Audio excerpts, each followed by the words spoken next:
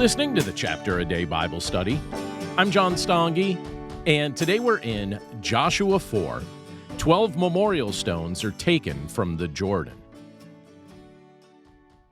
We all have moments in life we don't want to forget. A milestone, a breakthrough, a prayer that maybe was answered in a way that we know only God could have arranged it. But if we're honest, we tend to be a little too quick to move on. We celebrate briefly, and then we drift into the next challenge, and then slowly lose sight of what God's already done. And then you come to Joshua 4, and this chapter speaks directly into that tendency. It shows us that remembering isn't something that just happens on accident. It's intentional. This chapter picks up right after Israel crosses the Jordan River on dry ground, a miracle that reminds us of what God did at the Red Sea. But instead of rushing forward into the Promised Land, God pauses the moment and gives Joshua a very specific command. When you look at verses 2 and 3, we read this: "Take 12 men from the people, from each tribe a man, and command them, saying, Take 12 stones from here, out of the midst of the Jordan, and bring them over with you, and lay them down in the place where you lodge tonight." God tells them to build a memorial.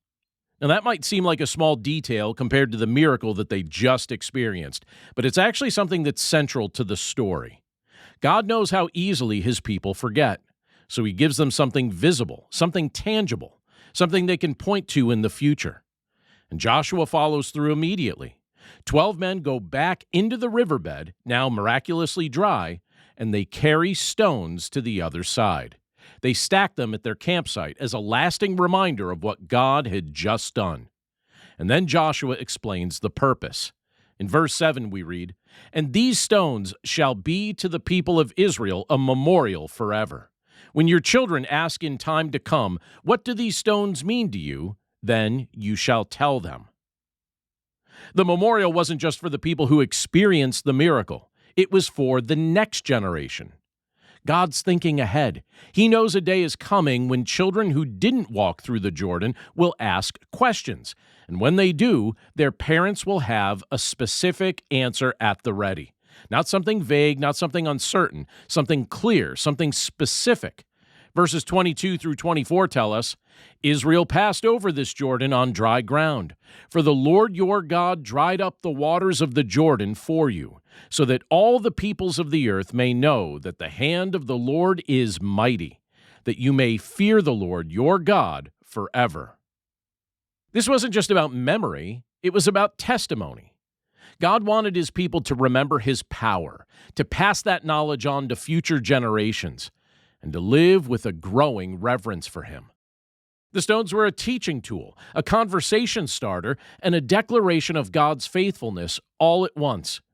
And there's something else that's happening here that's easy to overlook. While the people are setting up stones on the west side of the Jordan, Joshua also sets up 12 stones in the midst of the Jordan. We see that in verse 9. And that was right where the priests stood holding the ark.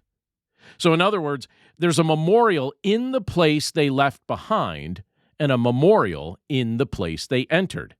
It's as if God's marking both sides of the miracle. And that reminds us that God's work isn't limited to what we can still see. Some of what he's done is now beneath the surface and out of sight, but it's no less real. The river eventually flows again, covering those stones, but the reality of what happened there doesn't change. And that's often how God works in our lives as well. Some of his greatest works are visible and celebrated, while others are hidden, but just as significant. And as this chapter unfolds, the people finally move forward. The priests step out of the Jordan, and the waters return to their place, just as God said they would. The miracle has ended, but the memory remains.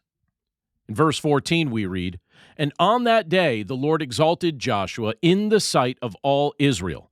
Just as they had feared Moses, so they feared Joshua all the days of his life." God uses this moment not only to display his power, but also to confirm Joshua's leadership. The same God who worked through Moses is now working through Joshua. The people can trust that God is still leading them. So, how does all of this point us to Jesus? Well, in a very real way, Joshua 4 is about remembering a moment when God made a way where there was no way. The Jordan River stood between Israel and the life God had promised them. They couldn't cross it on their own. God had to intervene. Now, that pattern should sound familiar. And all of us face a greater barrier than a river. Scripture tells us that our sin separates us from God. We can't cross that gap through our own effort or our own morality or even our own intentions. We need God to make a way. And that's exactly what He's done through Jesus Christ. Through His death and resurrection, Jesus didn't just help us navigate the obstacle. He removed it. He made a way for us to be reconciled to the Father, forgiven, and brought into the life we were created to experience. So, in a sense, the cross and the empty tomb are our memorial stones. They remind us that God has already acted on our behalf. They give us something to point to when doubts start to creep in. And they give us a story to tell the next generation. When we gather as believers, when we take communion, when we open Scripture, we're doing something very similar to what Israel did in Joshua 4. We're remembering. We're reminding one another of what God has done.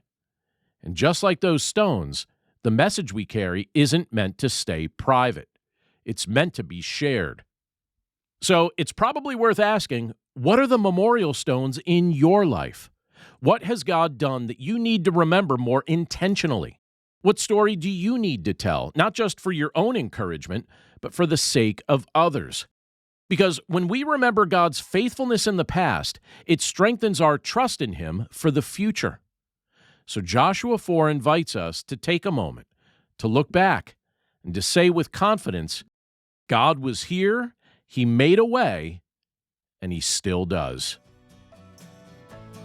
Thanks again for listening to today's episode of the Chapter a Day Bible Study. For more resources to help you in your walk with Christ and your understanding of the Bible, please visit my website at BibleStudyHeadquarters.com.